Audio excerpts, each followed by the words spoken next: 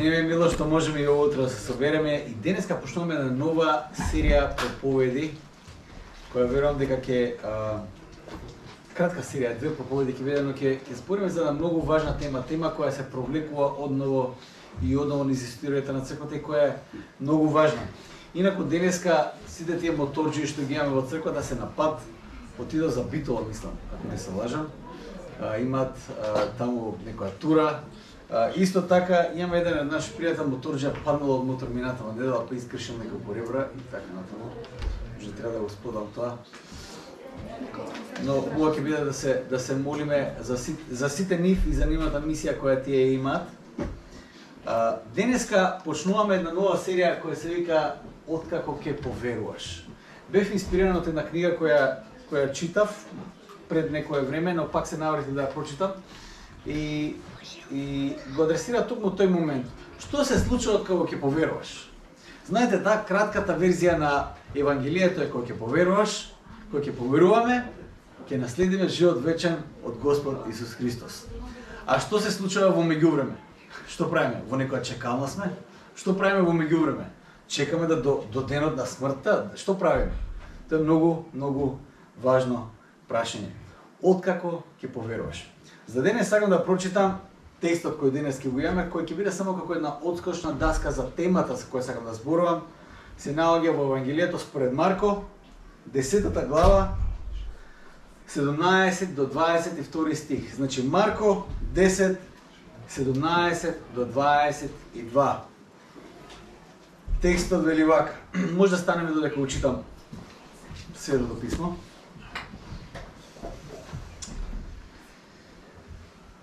А кога излегуваше на пат, дотрча некој, падна на колена пред него и го праша: Учителе добар, што треба да направам за да наследам живот вечен? Исус му рече: Зашто ме нарекуваш добар? Никој не е добар освен единиот Бог. Заповедите ги знаеш. Не прелюбодејствувај, не кради, не сведочи лажно, не навредувај, почитувај ги татка си и мајка си.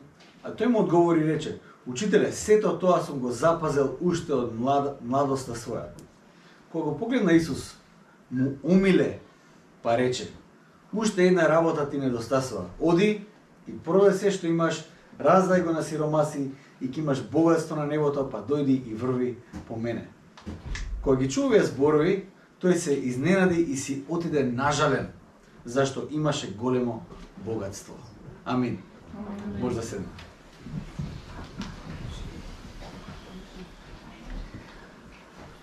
Зарем ние не се наоѓаме порекаш во една слична ситуација? Еве, дојдов до Исус, поверував, го дадов својот живот на Исус, се предадов. И што сега? Што потоа? Што правиме? Кој е следниот чекор? Можеме сега во овој момент, вообразено и одозгора да гледаме на младечот за тоа колку бил незрел и слично, но реално и ние доаѓаме до таквата слепа улица од време на време. Едноставно не знаеш што е поента, кој е следниот чекор сега, на кај да тргнеме сега. Посебно кога ќе не удри некаков очај од рутина, или неуспех некаков кога ќе се сочиме со некој неуспех, или некаква безнадежна ситуација ќе имаме во животот, заради тоа каков вистински е светот. Зарем тоа што го вложував прави некаков ефект овде во овој свет. Што прави разликата сиот мој труд? Ако едноставно на крај пак ќе умреш. Што е поентата? Младиот човек си отиде разочаран после средбата со Исус. Не затоа што беше богат, да се разбереме. Не си отиде затоа што беше богат. Не затоа што Исус не го сакаше. Напротив, Исус баш се обидов да го нагласам тој збор. Му умиле на Исус. Јас верувам дека евангелистот Марко не го напиша тоа само куку така. Навистина му умилел тој човек на Исус. Напротив, Исус не само што му умиле, го засака и го викна дури да го следи. И тоа беше привилегија која има само малку луѓе. Младиот човек беше разочаран заради комплетното промашување во тоа да го разбере животот и крајната цел на животот во овој даден момент. Во неговите очи, после Исусовите зборови, кога Исус му го кажа тоа што му го кажа, сиот труд кој тој го има вложен до сега е залуден. Му вика, јас од малото го правам, јас од секоја што сум го правил, Јас од секогаш ги почитувам тие заповеди, од секогаш и така натаму и така натаму. Но кога Исус му кажува тоа, тој се разочарува затоа што сваќа дека веројатно сиот труд што го има вложено е напразен. Ставно нема поента. Но што правиме ние откако ќе поверуваме? Кој е нашиот следен чекор? Кој е животот кој ние го живееме? Што потоа? Поголем дел од луѓето кои ќе го почувствуваат Божјото делување и ќе поверуваат, на почетокот учиме за тоа како Бог го менува срцето на човекот. Учиме за Исус и за неговиот живот, и учиме за надежта и она конечна надеж која на крајот на времето Исус не повикува во воскреснатиот живот, каде ќе бидеме вечно. Тоа е некој начин Евангелието во кратко. Но што правиме сега? Што треба да правиш сега откако ќе поверуваш па се до крајот на животот? Дали сме во некаква чекална, како што кажав на почетокот? Или всушност има некакво значење како јас го живеам животот сега? Знаете, првата црква се соочила токму со тоа прашање на самиот почеток. И било предизвик да се одговори тоа прашање. Нели, одговараш на некој начин духовно, телото не е важно. Со телото можеш да правиш што сакаш, зашто? Затоа што телото не е важно. Може би во многу случаи и традиции ќе ти кажа дека ако сакаш нешто повеќе да направиш, има неколку опции, еве да кажем во христијанската традиција. Една опција која е достапна кај нас е манастир. Значи ако сакаш малку повеќе нешто да правиш, устилот од кога ќе поверуваш и нешто сакаш повеќе да направиш, едно од работите е манастир. Луѓето одат во манастир да се поседат малку повеќе, да пораснат малку повеќе. Може би во некои други традиции да тргнеш во некоја школа за да станеш да учиш како да бидеш пастор, ево како мене. Некој може би тоа го прави. Може би некој е повикан да биде проповедник, ова што сега јас го правам, да го проповедат словото Божјо, или да бидем мисионер, или да биде евангелизатор. Сите тие служби се дел од она што ние го нарекуваме служби за изградба на црквата. И секоја црква треба да ги има тие служби внатре во неа, кои апостол Павле ги дефинира токму во Ефесијаните и на некои други места. Иако секој христијанин е повикан на некој начин да служи во некои облици од овие служби, сепак за наполно посветен живот на некој од овие служби, секој од тие служби доаѓа со некој внатрешен повик од Бог, кој веруваме дека доаѓа од Светиот Дух. На сличен начин на кој јас кога почувствував дека Господ ми повикува, јас оставив се, студирав музика, оставив се и тргнав по тој пат. Така знаев дека Господ ми повика во некаква целовремена служба во една од овие служби. Но што ако не чувствувам никаков повик за полновремена служба, која е другата опција? И дали има друга опција? Што правиме сега, од кога ќе поверуваме до крајот на животот? Што правиме ние? Каде е нашето вложување? При ваквото размислување има неколку опасни улици кои сакаш да ги избегнеш.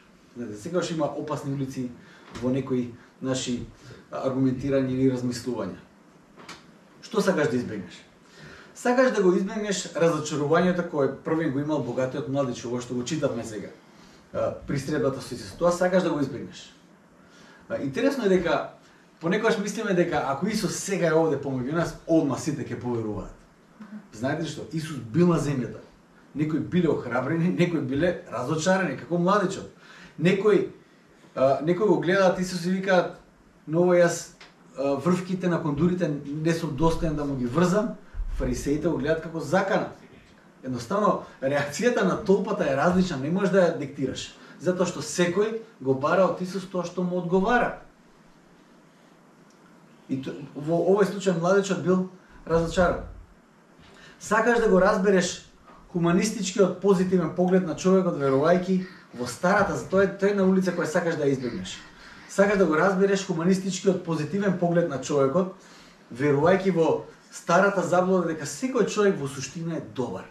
Дека срцето на човекот е добро и се што треба е човекот да го послуша своето срце, својот внатрешен глас, да го следи и ќе биде на добар пат. Тоа е стариот класичен хуманизам. Човекот одвнатре е китка.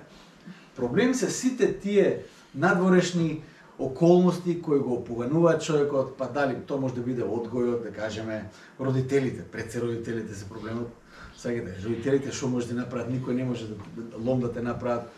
Општеството, едукацијата, сите тие аспекти од надворешниот сето ствари го опогануваат човекот. Ама човекот, целта е да се дојде до срцето, да си го слушне човекот срцето и да го следи и човекот нема да погреши. Проблемот е што срцето на човекот не само што не е добро, и не само што не треба да го слушаш, треба да си свесен дека всушност срцето на човекот е проблемот на човекот. И тоа не го кажувам јас филозофски. Исус ќе каже во Марковото Евангелие 7 глава 21 до 23 стих. Слушнете што Исус кажува за срцето. Тоа често пати го читам и го читам со причина да останеме свесни што Исус мисли за срцето. Вели вака: Марко 7:27 до 23. Зашто однатре од срцето човечко излегуваат лоши помисли, прелюбодејства, блудства, убиства, кражби, лакомства, лукавства, пакости, злоби, око завидливо, богохулство, гордост, безумство. Сето тоа зло одвнатре излегува и го осквернува човекот. Во овој случај ни манастир не ти помага. Кај да отидеш, ако проблемот е одвнатре, кај да се изолираш, нема спас. Срцето, значи, не треба баш да го следиме. Тоа е првото нешто што сакаш да го избегнеш. Некаква самодоверба дека ти всушност си добар одвнатре. Ама не си разбрал се во целост. Тоа на некој начин во последните...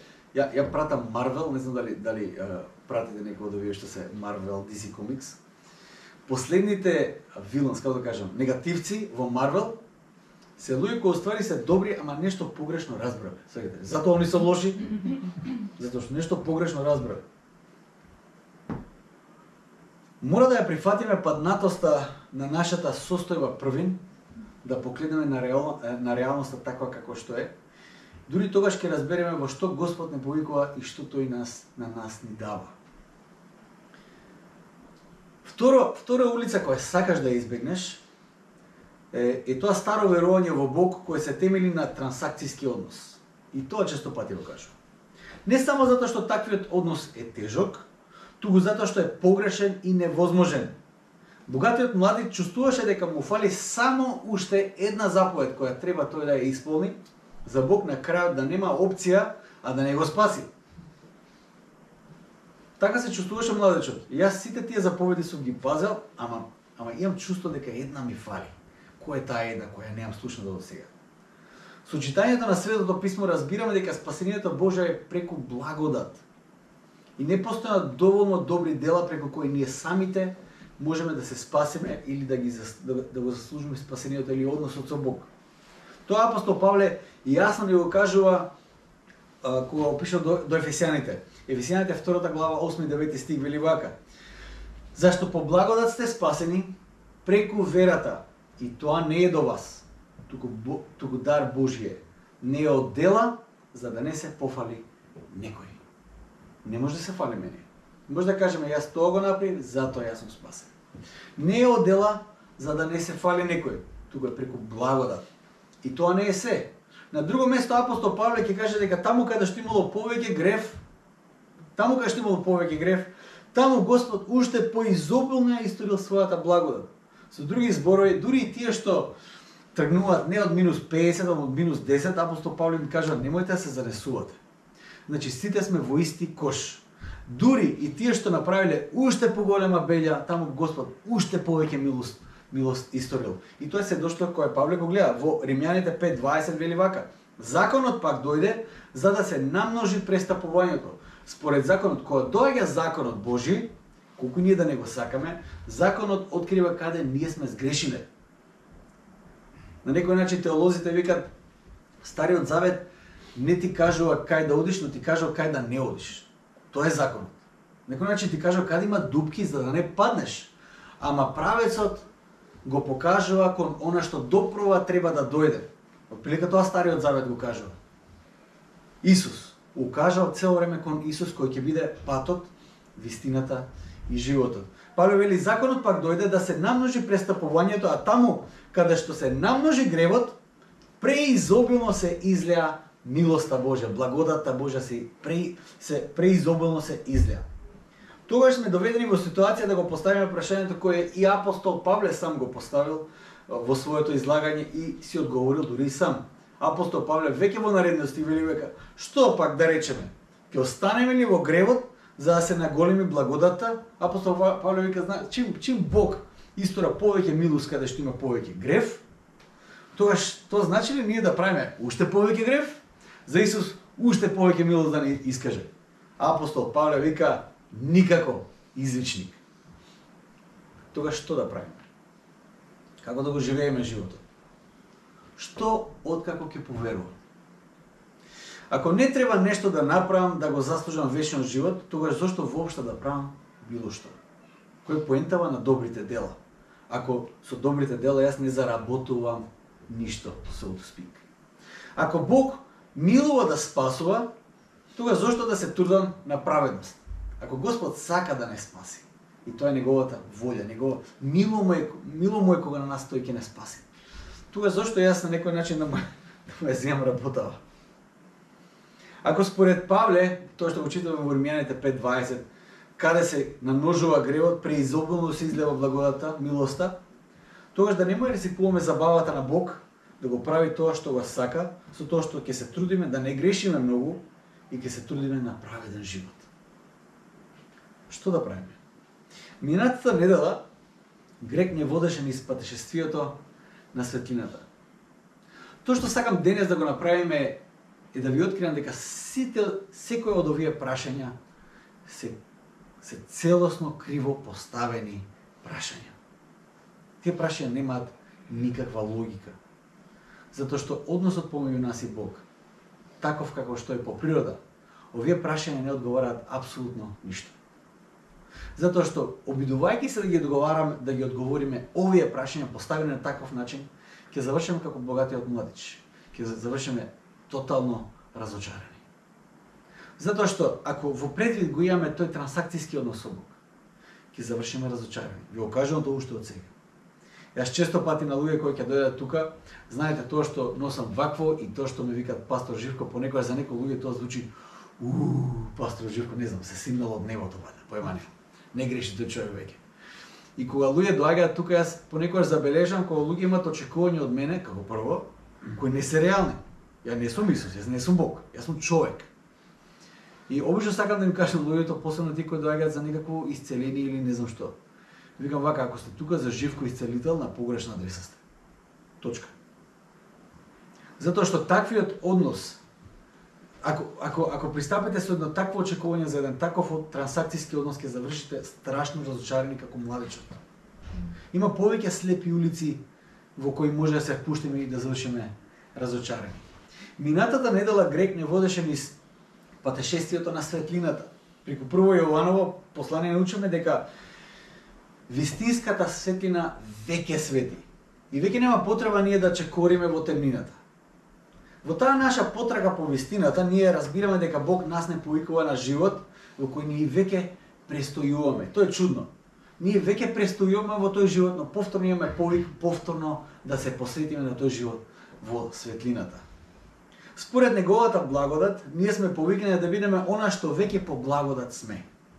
Ние веќе по благодат сме нешто, по милост сме нешто, но Господ не вика, ајде сега живеете го тоа што веќе вие по благодат сте, не по природа. По природа ние сгрешивме. По благодат сме откупени, по благодат сме свети, по благодат сме спасени и Господ Исус не повикува, ајде сега живеете го овој живот кој вие веќе сте по благодат. Ако можам да ја сумаризирам неговата проповед. Во текот на неговите излагања Грег спомна еден збор кој доаѓа од грчката филозофија, кој верувам дека денес ќе ни помогне во нашата потрага за одговор на прашањата кои ги поставив. Што откако ќе поверуваш? Зборот кој Грег го онака попатно го спомна беше зборот телос. Дали сте слушале за зборот телос? Тоа е збор излезен од грчката филозофија. Што е телос? Зборот телос значи може да се преведе како функција, или намена, или крајна цел на нешто. Тоа е зборот телос, како крајната цел на нешто. Според Аристотел, кој многу пишал за тоа, се што постои има функција, или има крајна цел, или има телос. Тоа е зборот телос. Ако сакаме нешто вистински да го разбереме што е, мора да се разбере во границите на крајната цел, која се открива преку внимателно истражување и проучување. Веројатно најлесно ќе разбереме што е телос преку кратката студија на нешто што го има создадено човекот. Например, нож. Што е нож? Што е телос? Што е телосот на нож? Ако сакаш да го опишеш ножот, може би ќе зборуваш за големината. Ножот е толкав, не знам, има различни големини на нож, така.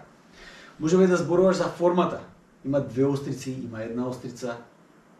Може би да зборуваш од материјалите, од што е направен ножот. Но Аристотел верува дека како дел од овој опис мораш да спомнеш дека ножот всушност е направен за да сече. Затоа служи ножот. И кога ќе го спомнеш тој дел, ти всушност го опишуваш телосот на ножот. Телос на ножот е дека ножот е направен да сече. Функцијата, намената и крајната цел на ножот е да сече. Аристотел верува дека се додека не го присоединиш тоа разбирање во описот на ножот, ти всушност не даваш точен опис на ножот. Или воопшто не го разбираш ножот, која е функцијата на ножот. Тоа е вистина не само за нешта кои се направени од човекот, туку за сите нешта што постојат. Како, например, да опишеш желат. Желат, тоа е плодот од дабот. Би требало да спомнеш дека според природата на нештата, желатот како крајна цел, како телос на желат, е да прерасне во даб. И на тој начин желатот има телос. Тоа што нас не интересира е телос на човекот. Човекот исто така има телос. Што е тоа што човекот треба да биде според природата, на ист начин на кој ножот според природата треба да сече, а желатот да порасне во даб. Која е крајната цел на човекот? Зошто постои човек? Која е крајната цел? Според Аристотел, човекот треба да биде среќен. Тоа е неговата дефиниција. Целта на човекот е да биде среќен. Секако, тоа што ние денес го разбираме понекогаш како среќен и тоа што Аристотел го разбира е малку поразлично. Тоа можеби е убаво да се слушне, знаете, човекот треба да биде среќен. Тоа убаво звучи. Треба да бидеме среќни и стварно треба да бидеме среќни. Ние сме создадени да бидеме радосни, да бидеме среќни. Но не мора да значи дека е од помош во овој момент. Луѓето ја наоѓаат среќата во најразлични нешта. Но Аристотел вели дека среќниот живот се состои во тоа да живееш доблесен живот. Доблесен живот. Некој кој не живее доблесен живот или морално добар живот, не живее среќен живот без разлика на тоа што тие мислат за себе. Аристотел вика вака: ти не живееш доблесен живот и мислиш дека си среќен. Ти може да мислиш дека си среќен, ама да знаеш дека ти во суштина не си среќен. Затоа што не го исполнуваш телос, целта, крајната цел за која ти всушност си тука. Тие се како нож кој не сече, според Аристотел, или како желот кој е исушен и празен. Всушност, луѓето кои не живеат доблесен живот се во уште полоша состојба. Знаете ли зошто? Бидејќи ножот и желотот немаат опција и волја да одлучат. А луѓето кои одлучиле за недоблесен живот. Нивната состојба е уште полоша. Некој кој живее според доблестите, кој одлучува да ја направи правилната работа, токму затоа што е правилна работа, тој живее живот кој вирее и просперира. Тие стануваат се што тие може да станат користики и сите човечки капацитети во целост. Процветуваат тие луѓе кои живеат доблесен живот. Според Аристотел, најважниот капацитет кој луѓето го имаат е логос. Може би тој збор сте го слушнали, или преведено на нашки зборот, кој нашки може да се преведе дури како говор или како разум. Единствено луѓето го имаат капацитетот да зборуваат и Аристотел вели дека на нас ни е дадена можноста по природа за да може да зборуваме и размислуваме еден со друг и да откриваме што е правилно, што не е, што е добро, а што е лошо и што е праведно, а што не. На нас тоа ни е дадено. По нашата природа на нас тоа ни е дадено. Мораме да го забележиме зборот кој Аристотел го користи тука е зборот дадено. Некои работи ни се дадени. Некои работи не ги заработуваме, не ги научуваме, едноставно ни се дадени. Стануваат дел од нас, дадени ни се. Да забележиме дека луѓето ги откриваат овие доблести, но не ги создаваат. И тоа е исто многу важно. Аристотел верува дека доблестите се тука. Ние не ги создаваме, ние не ги измислуваме. Ние едноставно тие доблести ги откриваме. Нам ни е дадено да одлучуваме што е правилно, а што не. Но тоа што нам ни е дадено е да одлучиме дали ќе го направиме тоа што е правилно и тоа што не е правилно. Според Аристотел, тоа е најважната одлука која ние ќе имаме во животот. На нас не ни е дадено да ги измислиме тие доблести, туку да ги откриеме и плюс дадено ни е да одлучиме дали ќе ги правиме или нема да ги правиме. И тие одлуки во нашиот живот се најважните одлуки кои ќе ги донесеме. Исто се однесува и за среќниот живот. Ние не одлучуваме што е тоа што нас не прави среќни, но тоа што ние го одлучуваме дали ние ќе тргнеме по среќниот живот или не. И тоа е секојдневна одлука, не само си еднаш за секојаш, туку секојдневно одлучуваме да трагаме по среќниот живот. Аристотел верува дека не е лесно да се живее доблесно и верувам дека доблесниот живот се случува само под правилни околности. Аристотел верува дека доблесниот живот е многу тежок живот, може не, но под правилни околности. Например, желудот може да го исполни својот телос ако има доволно светлина, добра почва, доволно вода. А човекот може да го исполни својот телос во околина која се создава во одредена заедница во која има закони според кои некои однесувања се дозволени, а некои не се. И тука Аристотел веќе ја поврзува етиката со политиката. За него тие две области се нераздвојни. Во модерно време тоа не е случај. Ние етиката и политиката ги раздвојуваме. Затоа што ако ние имаме центар, политички центар на мој кој ни зборува што е етички, а што не е, имаме ние како модерно општество има проблем. За Аристотел тие две работи мора да бидат споени, мора да бидат.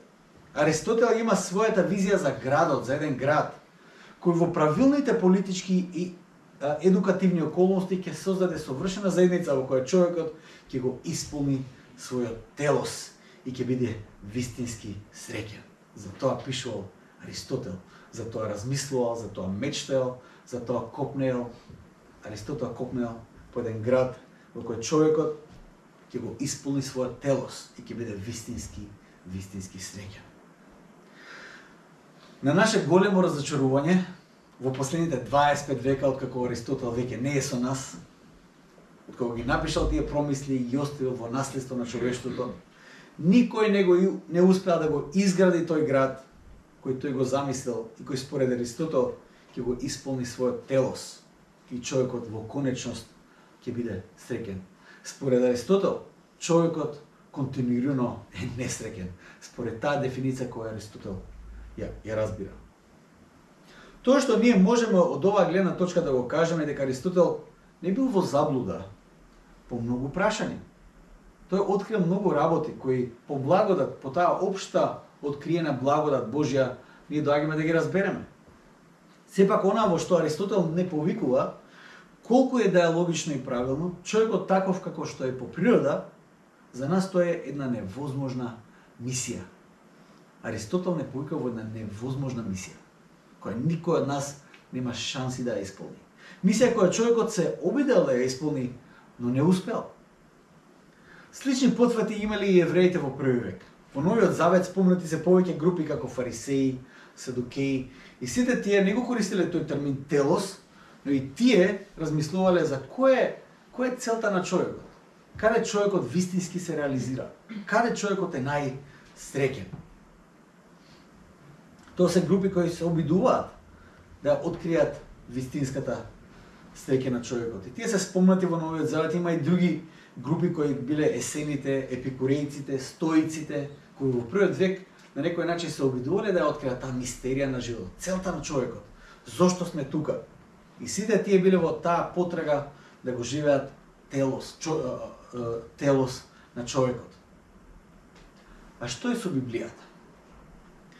Како Библијата ја дефинира нашата крајна цел? Знаете, Библијата е книга која зборува многу за почетоците и за краевите. Библијата е една сеопфатна книга. Зборува многу и за во средината, што правиме сега, што правиме овде и сега. Библијата е многу, ако Библијата не ги одговара прашањата на денешницата, со на што ние се соочуваме, тогаш оние клучните животни прашања, тогаш зошто таа книга постои, да ни каже само информативно што било и на кај ќе оди работава, за тоа ли е Библијата? Библијата зборува денес затоа што е Божи збор и зборува денес за ситуацијата во која ние се наоѓаме. Кој е телос на човекот? Која е крајната цел на човекот според Божиот збор? Ќе ви прочитам два текста кои се многу интересни. Ќе читам први Псалмот 8, 3 до 9 стих и после ќе читам Исаја 43, 6 до 7. Слушнете 8-миот псалм. Псалмистот како го пишува човекот. Од 3 до 9 стих, псалмистот вели вака: кој ќе ги погледнам небесата, дела на прстите твои, па месечината и звездите, што си ги поставил ти. Што е тоа човекот, да си спомнуваш за него, или синот човечки, па се грижиш за него? Си го направил, си го создал, малку помало од ангелите, но со слава и чест си го овенчал и си го поставил на делата од рацете твои. И се си подчинил под нозете негови. Птиците небески и рибите морски, се што се движи по морските патишта, овците и воловите сите и ѕверовите полски. Јахве, Господи наш, колку е величествено името Твое по целата земја. А што е човекот? Си спомнуваш за него.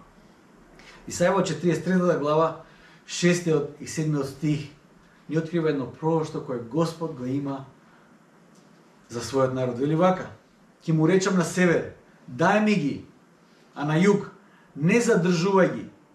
Доведи ми ги синовите од далеку, а моите ќерки од крајот на земјата, сите кои се наречуваат со моето име и кои ги создадов за своја слава, кои ги створив и ги направив. Знаете, понекогаш кога читаме Библијата, онака, затоа што мора да се прочита неколку глави на ден, некои зборови може онака да ни поминат неприметно. Слушате што Господ кажува овде за неговите синови и ќерки. Сите кои се наречуваат со моето име и кои ги создадов за своја слава. Дали сме размислувале дека ние сме во контекстот на Божјата слава? Дека ние сме Божјата слава на земјата. Ние го носиме Божјот образ на земјата. Понекогаш не ги спојуваме тие некои коцки кои онака од тука таму ќе ги најдеме као некоја служувалка. И колку е убав дел од служувалката, многу е шарен, ова е малку потемен дел. И после кога ќе ја споиме служувалката, гледаме, па имало ствари убава слика од сите тие мали парченца. Што е човекот да си спомнуваш за него? Псалмистот се прашува. Се гледа себе си, наспроти сето тоа со звездие. Имаше пред некој ден, како се каже, ова помрачување на сонцето во Америка, сите постираат слики. Интересно е тоа. Во тогашно време кога псалмистот го пишува тој дел, во многу нации се обожаваат сонцето и месечината заради славата која имаат тие небески тела и функцијата која имаат на земјата. Ја го одржуваат животот на земјата. Најголем дел од народите ги слават сонцето и месечината као божества. Псалмистот ги гледа сите овие небески тела и вика: "Вау, колку се е прекрасно, шо е човекот толку?" Па толку слава си му дал на човекот. Си го создал малку подален од небеските битија. Си го овенчал со слава, си го овенчал со чест. И не само тоа, се си подчинил на него. Се си ставил под негово владение. Толку си го направил силен и способен да може да завладее со целото создание. А Господ овде кој ги повикува своите синови и ќерки, вика: "Пушти ми ги, донеси ми ги. Сите оние кои се нарекуваат со моето име, кои ги создадов за моја слава." за мојата слава. Ние сме создадени за слава. Кој е телос на човекот? Зошто постои? Која е крајната цел на човекот? Крајната цел на човекот е да живее во слава. Во она слава со која тој е замислен од самиот почеток. Ние сме замислени да видиме земјата. Нашата вистинска слава е во тоа зашто ние сме создадени. Според Библијата и Божјата замисла, човекот е замислен да има една посебна улога во оваа создание. Еве го оригиналниот дизајн за тоа како човекот е замислен од самиот почеток. Читаме во создавање, во прва книга од Библијата, во Битие, 1 глава 28 стих, моментот кога Бог го создава човекот. Вели, и ги благослови Бог и им рече, плодете се и множете се, наполнете ја земјата и господарете над неа, и овладете ги морските риби и небеските птици и сите животни што лазат во земјата. Господарење и владење, тоа му е доверено на човекот. Знаете, кога ќе спомнам господарење и владење, тие два збора во моменталната, во сегашното разбирање имат една негативна конотација. Имат негативно значење. Но не секогаш кога ги читаме тие термини треба да го гледаме примерот како Господ Бог го разбира тој термин на господарење и владење. Затоа што Господ не го кажува тој збор од наша перспектива, туку од негова перспектива. И тој покажал пример што значи да се господари и да се владее. Совршениот пример кој ни е даден и преку кој можеме во целост да разбереме кој е Бог, како тој господари со своето создание и како тој владее врз своето создание, можеме да го видиме во целост само преку Исус Христос. На тој начин ние можеме да видиме како Бог владее и како Господ господари. Иако раната црква ја нагласува посебности и уникатноста на Исус по прашање на неговата двојна природа, сепак важно е да се разбере дека Исус живееше совршен човечки живот. Исус не беше само совршен како Бог, тој беше совршен и како човек. Тој ако некој го исполни телосот на човекот е Исус Христос. До крај, тој исполни крајната цел на човекот. Тој владееше и господареше овде на земјата на вистински начин, на начин на кој човекот бил создаден да господари и да владее, на начин на кој човекот бил создаден да исполни таа крајна цел. Можеме да го видиме во животот на Исус Христос. А како тој владееше, како тој господареше? Она пошто трагаше Аристотел, телос за човекот. Тоа Исус го живееше. Исус ја исполни Божјата слава во целост на земјата. Тој го посведочи тоа и таткото во неколку наврати го кажа тоа. Вика, додека уште зборуваше на гората на преобразување, еден глас од облакот кажа: овој е мојот возлюбен син, во кого ми е милината. Во него ми е милината, во целост. Тој е оној кој го исполни телост во целост. Тој е оној кој исполни крајната цел во целост. Тој е вистински човек, совршениот човек. Него послушајте го. Исус во целост покажа што значи да се биде човек во сета слава во која човекот е замислен да биде. Исус ја исполни крајната цел на човекот. И во Исус ние можеме да видиме кој е нашиот телос. А што тој направи? Кога ќе се запрашаме што направи Исус, на кој начин тој го исполни тој телос до самиот крај, тогаш мораме да отидеме во Филипјаните, последното во Филипјаната, 2 глава, 5 до 8 стих, каде вели вака: кога апостол Павле ги охрабрува филипјаните да се соединат со Христос, да имат исто размислување со Христос, да го имитираат Христос, да бидат како Него, да бидат соединените со истите размислувања кои ги има Христос. Вели вака: затоа вашето размислување нека биде како она на Христос Исус. А какво беше неговото размислување? Еве како Христос владееше и управуваше. Иако беше во образ Божи, не се сметаше дека треба да го искористи тоа што е еднаков со Бога. Да го искористи. Туку се понизи себе си, земајки образ на слуга и се изедначи со луѓето. И по изглед се покажа како човек.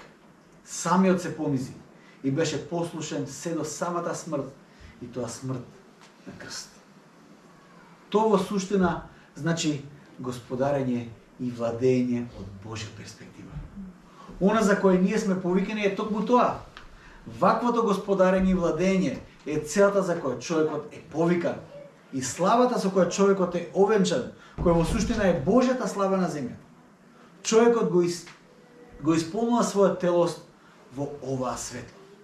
Самопожртвувана љубов, послушност, исполнување на повикот во кој сме повикани од Бог. Живење на живот според замислата како Бог кој има замислено. Телос. Крајната цел на човекот. Намената на човекот. Причината за постојање на човекот. Како е можно тоа за нас денес? Ако сме спасени по благодат и по милост, и ако за минимумот, за тоа што го збориме, да бидеме спасени само. Знаете, кога ги кажеме спасени, обично замислам некој што се дави па го спасиме. Разбирате, тоа не е човек што има фирма одма или не знам, успешен живот. Човекот го се куртулил од смрт. Спасен значи тоа. Се спасил човекот. За минимумот, за спасение, за наше спасение да не умреме, за спасение, на нас ни е потребна милост и благодат. А што е за следно ниво? Што е за следниот чекор? Што правиме за следниот чекор? Ако за минимумот ни треба милост од Бога, тогаш како да го исполниме максимумот на нашиот потенцијал? Како да го реализираме нашиот телос, кога ние не сме во состојба ниту за првиот чекор? Што вреди нашиот труд и нашиот доблесен живот и дали има некакво значење? Одговорот лежи во некои од тие изјави на Исус кои ги имаме во Новиот Завет. Нака остри изјави. Ќе кажам неколку. Јован 14:6 вели вака: Исус му рече: Јас сум патот, вистината и животот. Никој не доаѓа кај Отецот освен преку мене. Исус кажува дека се работи за нешто ново, нов пристап, ново срце, нов живот, се ново. Тоа е нешто што го примаш. Не е нешто што го даваш, додаваш на твојот окей живот. Не е твојот живот окей, па сега додаваш уште нешто за да биде све ми боја, лепо стои. Туку тој ти дава нов живот преку кој ти ќе можеш да го живееш тој живот за кој јас и ти сме создадени да го живееме. Или дизајнирани сме на тој начин да го живееме тој живот. Тој живот кој ние можеме да го живееме единствено ако зависиме само од него. Ако сме соединети со него. Како и богатиот младич, ќе бидеме многу разочарени. Искрен ќе бидам. Како и богатиот младич ќе бидеме многу разочарени ако додадеме само нешто на нашиот нормален живот. Тоа што Исус го кажува преку зборовите дека тој е патот, вистината и животот, е дека тој во себе открива сосема нов начин на тоа што значи да се биде човек. Луѓе, проблемот не е нашата грешна природа. Онака, нашиот грев само што сме го направиле. Проблем сме ние во целост. Во целост. Господ дава нов живот. Стариот живот едноставно може да ни прави само проблем. Во суштина тој покаже дека да се биде човек во целост, од самиот почеток било замислено да се биде во заедништво со Творецот. Тоа е дефиницијата за овој вистински живот. Да се биде во заедништво со оној кој не создал, кој од секојаш бил изворот на животот на човекот. Самата градина на почетокот и секојдневната средба помеѓу Бог и Адам е изворот за Адам, да биде Адам според Божјиот образ и со силот свој потенцијал и слава. Едемската градина е тоа место каде што Адам и Бог се среќаваат секојдневно и тие средби се изворот на Адам да биде да ја одржува тоа Божјо подобие, да го рефлектира Бог секојдневно. Ние сме создадени да бидеме во заедништво со Творецот. Само што градината едемска сега е далеко од човекот, нели? Исус вели во Јован 15 пред малце подале од овој текст: Јас сум лозата, а вие сте прачките. И оној што останува во мене и јас сум во него, тој дава многу род, зашто без мене не можете да правите ништо. За прв пат кога го разбрав тој текст како што треба, толку се утешив, затоа што сватив дека стварно без Бог не може да направиме ништо. Ама кога Исус вика ништо, тоа значи ништо. Тоа не е, слушај, не може да пораснете толку духовно. Не може да го разберете во целост текстот или не знам што. Не може да направите ништо. И тој тоа го кажа затоа што Исус е изворот на животот. На животот кој го живеам, Исус е изворот. Нема друг извор. Не сум јас изворот, тој е изворот. Ајде ги прочитаме првичните текстови, кои ги прочитав, првичниот текст од Ефесијаните за милоста што го прочитав. Во оваа состојба на паднатост и далеко од Едемската градина, како ние можеме да го исполниме нашиот телос во целост? И како е можно да го живееме животот во сета своја полнота и слава, она за која оствари ние сме повикани? Како можеме? Далеко од Едем, многу далеко од Едем, а сепак повикани да го живееме телос, да го исполниме тој живот во слава во кој Бог нас не повикува. Еве Ефесијаните 2, 8, 9 и 10, што кажува, вели вака: зашто по благодат сте спасени преку верата, и тоа не е од вас, туку дар Божие, не од дела за да не се пофали некој. Еве е Божјата милост на дело. Еве го нашиот прв чекор. Но она што следи ја открива нашата крајна цел, нашиот телос.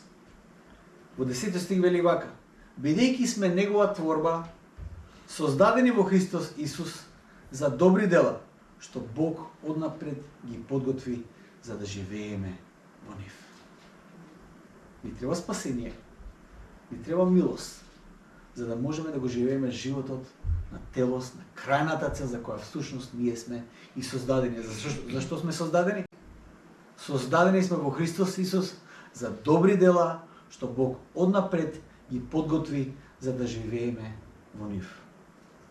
Ова ја открива нашата цел зашто ние сме создадени.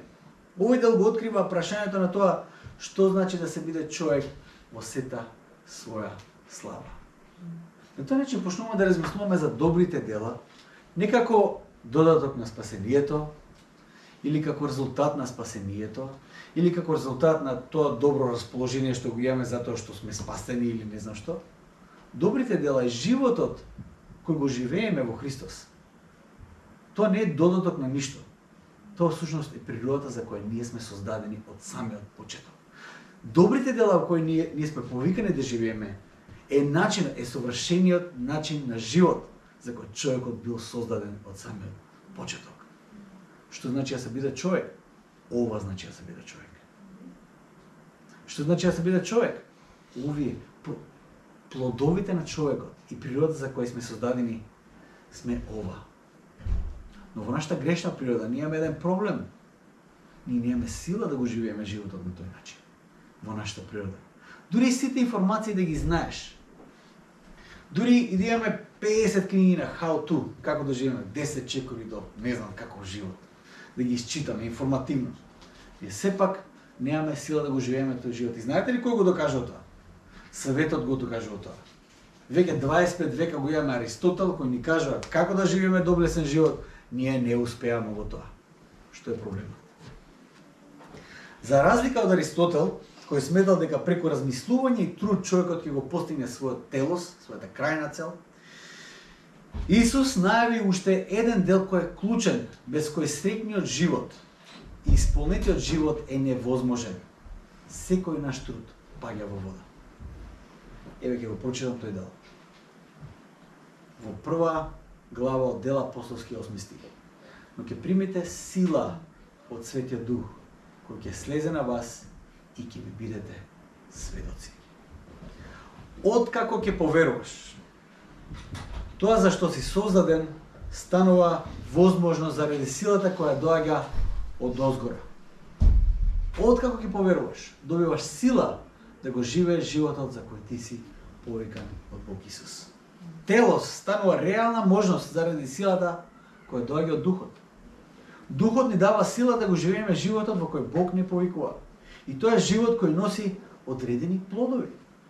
И тоа ќе го погледнеме наредната недела. Какви плодови, каков плод носи животот со Светиот Дух. Во меѓувреме апостол Павле не повикува на живот во кој ние секојдневно ќе се исполнуваме со Духот.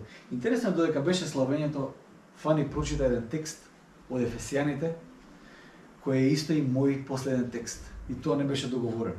Едноставно, верувам дека Светиот Дух така не водеше. Текстот кој го читам е текстот кој Фани го одбрала за денес, за славењето. Кој всушност зборува за тоа што значи од каде ние црпиме силата за животот во кој ние сме повикани. Апостол Павле ќе каже во Ефесијаните 5:18 до 20. И не опивајте се со вино, во него има разврат. Во виното не е вистината како што вели таа народната. Знаете. Во виното, во малку поголема мера од виното нема повеќе вистина, има разврат. Туку исполнувајте се со Духот. Тоа е секојдневен повик да се исполнуваме со Духот одново и одново и одново и одново. Како што и Аристотел сватил, дека таа одлука да се живее доблесно, тоа не е одлука една за секојаш кој ќе донесе. Туку таа одлука се носи секој ден. Затоа што секој ден ние ќе имаме избор да живееме доблесно или да не живееме доблесно. Тоа што Аристотел не го знаел. Дека човекот без сила од озгора не може да го живее тој живот. Затоа апостол Павле вели: исполнувајте се со Духот секојдневно. Разговарајќи меѓу себе, како ќе се исполнуваме со Духот? Тоа многу апстрактно звучи, како ќе се исполнувам со Духот? Има ли некоја чешма што може да ја пуштам? Или некој, не знам, како Бакс Бани да испијам некоја течност и толку, јас сум веќе исполнен. Ги имам сите мускули духовни што ми се потребни да го живеам тој живот во кој сум повикан. Како се исполнуваме со Духот? Разговарајќи меѓу себе со псалми. А што се псалмите? Псалмите се молитви, ако ги читате. Тие се опеани молитви, во кои луѓето кои верувале во Бог во минатото го излевале своето срце. Псалмите не се многу политички коректни. На псалмистите не ги интересира како тоа ќе звучи на слушателот кога ќе кажа нешто. Едноставно го отвара твоето срце пред Бог. Значи, да разговарајќи меѓу себе со псалми и славословија или химни, тоа е теологијата во која сме во катехизамот, во кој ние сме повикани да растеме, верата која нас не е предадена. И духовни песни, славењето кој го пееме. Со Фани баш се потсетивме дека многу порано кога немаше многу телевизори и паметни телефони, кога се собираа нашиве, пошто нашиве беа во црква, пееа песни, човече. Не ми буквално гитара носеа сега, со себе као панкери беа, нешто во тој стил. Беа многу интересни. Гитара со себе и пеа песни. Искрено да ви кажам, кога бев тинеџер, тоа ми беше кринџ, како да кажам. Но као дете тоа ми се едни од најубавите моменти кога ќе ми текне како заедница пеа. Знаете, кога пеете заедно песни, нема причина за да се скарате. Нема причина, немате различен политички поглед, немате различен поглед на ситуацијата во Газа, не знам, на светот, на што и да е. Кога пееме заедно песни, ние сме обединети за едно име, за една цел и славиме еден Господ. Повикани сме на тој начин да се исполнуваме со Светиот Дух. Пеејќи и воспевајќи го Господ во вашите срца, благодарејќи му за секогаш. Благодарноста е против отров на многу нешто со кои се гледаме, се учуваме денеска. Благодарноста е против отров. Наречи си не сите проблеми, ама наречи си сите проблеми кои ги имаме во животот. Но благодариме на Бог за се. На Бога и Отецот во името на нашиот Господ Исус Христос. Исполнувајте се со Духот секојдневно. Тоа е исполнување и животот со Светиот Дух носи одреден плод на Духот, за кој Аристотел можел само да сонува, а ние да го живееме во целост. Ајде се молиме за крај. Татко наш небесен, ти благодариме затоа што во ликот на Твојот Син Исус Христос ти ни покажа што значи да се биде човек И Господе, наместо да одговараме на некои прашања која е следната заповед, ама тие добри дела дали се доволни, туку ти, Господе, не повикуваш на еден нов живот. Ти ни покажаш што значи да се биде човек. И Господе не повика да те следиме, затоа што ти си патот, вистината и животот. И Господе, ти не оставаш само со правила и со повик, туку ти го праќаш твојот свет дух да не исполнува и да ни дава сила да чекориме секојдневно по тебе, Господи. Боже мој, ти благодарам за тоа што крајната цел на човекот, среќата на човекот, радоста на човекот, исполнетоста на човекот и славата на човекот, ти не ја држиш во мистерија, туку ја откриваш јавно и не повикуваш да те следиме во таа слава. Татко мој небесен, прослави се преку секој еден од нас и на тој начин твојата слава ќе се излее низ целата земја. Твоето име нека биде прославено, Господи.